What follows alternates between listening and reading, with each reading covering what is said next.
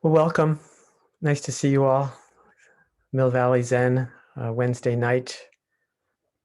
Uh, we were saying earlier, quite a day today here in the United States with the inauguration. Really beautiful. Gives me hope moving.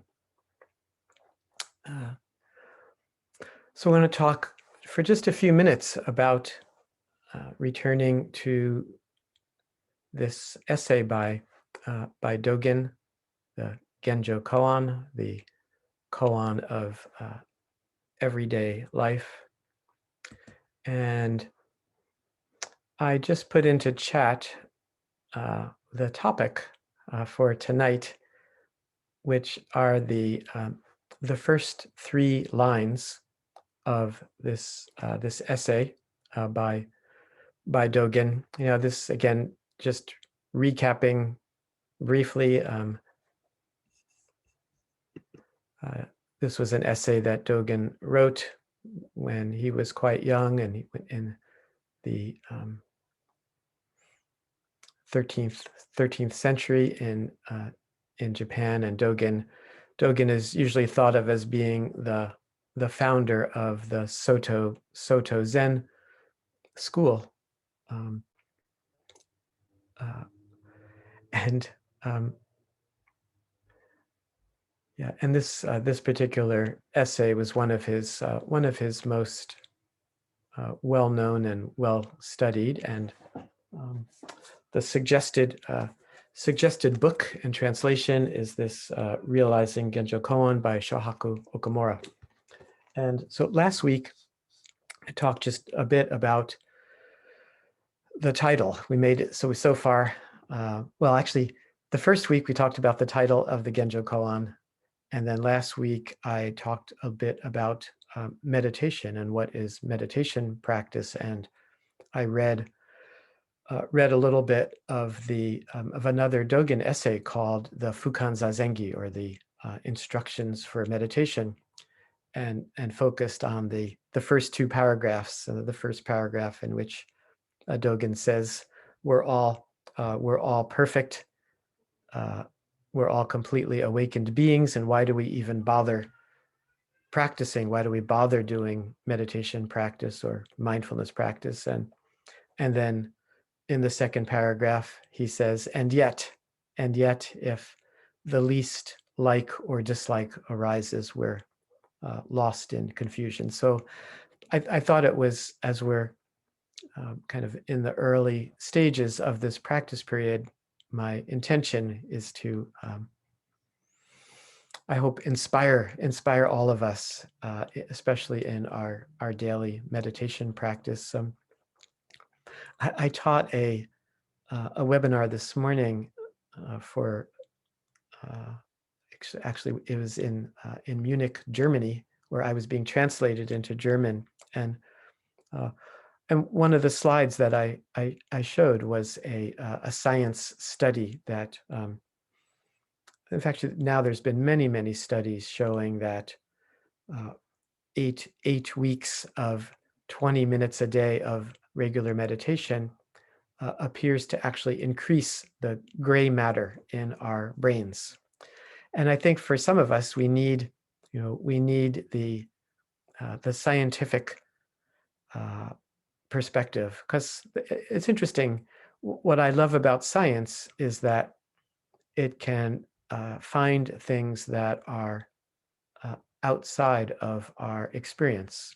So, your experience might be that, hey, you're sitting every day for years and nothing seems to be happening. And that's fine, and who knows, unless you were to have your brain scanned, but apparently there probably is something happening in our brains, and hopefully there is also something that we notice in our own experience. But I think there's something about, in some way, this practice, to me, the beautiful paradox of the science, our experience, and in some way our own kind of deep, I don't know, sincerity or belief or faith in just doing this practice. So the Genjokoan, what I put in the chat are the first 3 lines. And I might have mentioned in the first week or at some point that I've read this this particular essay many times, probably hundreds of times, because it's actually now chanted. It's part of the San Francisco Zen Center morning service, not every day, but maybe once or twice a week. And for many years, I basically tuned out at the first 3 lines. I had no idea what they meant. They just seemed like a whole bunch of words to me. And I think as we look at them, maybe you'll understand why that is. But I was really quite excited the first time that I read Shohaku Okamura's book when it came out several years ago. And he, I thought, really brilliantly, wonderfully unpacks and explains what these first 3 lines are all about. So the first line is, when all dharmas are Buddha Dharma, there is delusion and realization, practice, life and death, Buddhas and living beings. The second line says, when the 10,000 dharmas are without fixed self, there is no delusion, no realization, no Buddhas, no living beings, no birth and no death. And the third line says, since the Buddha way by nature goes beyond the dichotomy of abundance and deficiency, there is arising and perishing, delusion and realization, living beings and Buddhas. Again, pretty, a lot of words. There's really packed with meaning there. But as Shohaku explains, in some way, the first line of the Genjo Koan is a very brief summary of the teaching of the historical Buddha from 2,500 years ago. The second line is the kind of the second major growth or movement of Buddhist thought or philosophy practice that was probably the first, second, third century in India, where it's called the Mahayana Buddhism, and when there was tremendous amount of writing and teaching about the Heart Sutra, being the Heart Sutra and the particular teachings around non-duality are summarized in the second line. And then the third line is from the 13th century of Dogen, his, again, just a summary of his teaching. And if this is of interest to you, I highly recommend reading Shohaku's commentary that he makes, and he goes into great depth about each of these. And maybe tonight I'll just very briefly touch upon each of these and give you, in a sense, my own understanding based on really what Shohaku has to say in his book. And so the first line, and the first line is again a summary of the historical Buddha's teaching, and Shohaku goes into great depth at talking about what are called the kind of the 4 seals or the 4 marks, and these are the kind of 4 basic teachings of early Buddhist practice, and they are, the first is, here it says delusion. It's the 4 marks are suffering, are impermanence, no self, and awakening.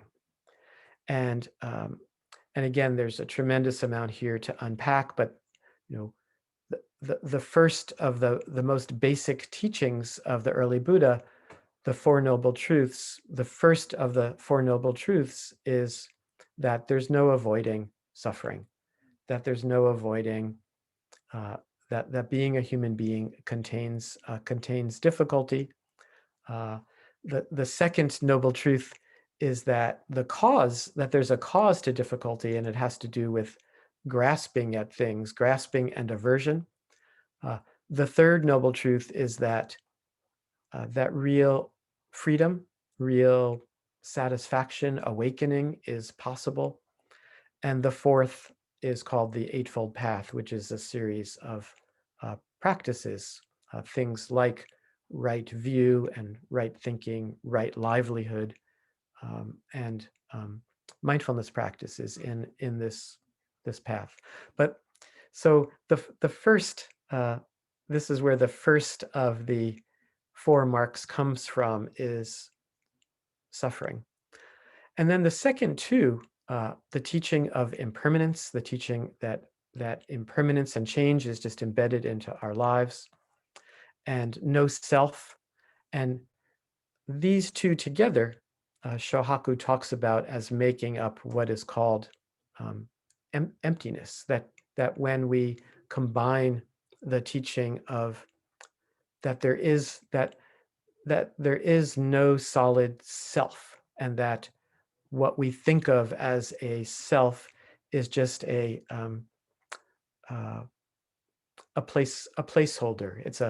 It's very useful, but it doesn't actually exist. And much Buddhist study and thought went into this attempting to locate a self. And actually, in more recent times, our scientists, our modern scientists, have also argued and fought over this question, and they've come up with the same finding that the Buddha came up with: is that there is no thing, there is no little person inside of us pulling the levers and controlling that. We are just made up of this stream of our own sensations and consciousness. So the four marks are suffering, impermanence, no self, and the fourth is awakening or freedom, or that real freedom is possible. So again, very similar to the Buddha, the first teaching of the Four Noble Truths. So this is the first line. When all dharmas are Buddha Dharma, there is delusion, there's realization, there's practice, there's life and death, there's Buddhas and living beings. So the second line is, in a way, negates all of these things, right? There is no delusion, no realization, no Buddhas, no living beings, no birth, and no death. Again, if you're familiar at all with the Heart Sutra, which is the most kind of well-known, most often chanted piece of literature, this is right out of the Heart Sutra, where in a way it's negating everything, but also affirming everything. So basically saying, whatever we think exists doesn't exist in the way that we think that it does. There is no old age and death, and also no extinction of old age and death. No eyes, no ears, no nose, no tongue, no body, no mind, and also no extinction. So this is this very directed teaching of non-duality. So this is the second line is a very brief summary of the teaching of non-duality as expressed in Mahayana Buddhism. And this third line, since the Buddha way by nature goes beyond the dichotomy of abundance and deficiency, there is arising, perishing, delusion, and realization, living beings and Buddhas. So this is Dogen's teaching, which uh, in some way, uh, I would almost summarize it by saying, you know, nothing is hidden, and just practice. And though he doesn't use the L word here, the word love, to me, when I read this line, I would summarize it as just forget about all these teachings, and just love your life and just love your practice. But and uh, and again, I think as I read last week, um, this teaching of that we are perfect just as we are, and that we also need to practice at the same time in order to embody our own sense of awakening and perfection. So this is this third line. I thought I might just read. I thought it was quite beautiful. Shohaku's writing, where he says, Dogen's answer is just practice, not because we want to escape, not because we want to reach nirvana, but just practice right now, right here, and without any agenda. With this kind of practice, nirvana or awakening is already here. Of course, when we practice in this way, samsara or delusion is also here. So within this practice, at this moment, so at every moment in our practice, there's always the sense of we are completely deluded, regular old, people, beings, and at the same time, we are also completely awakened beings, perfect just as we are. So this is the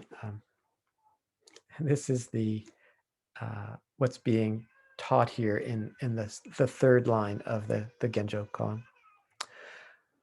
So I think I want to stop there and get us into groups, and then we can come back and talk about this some more.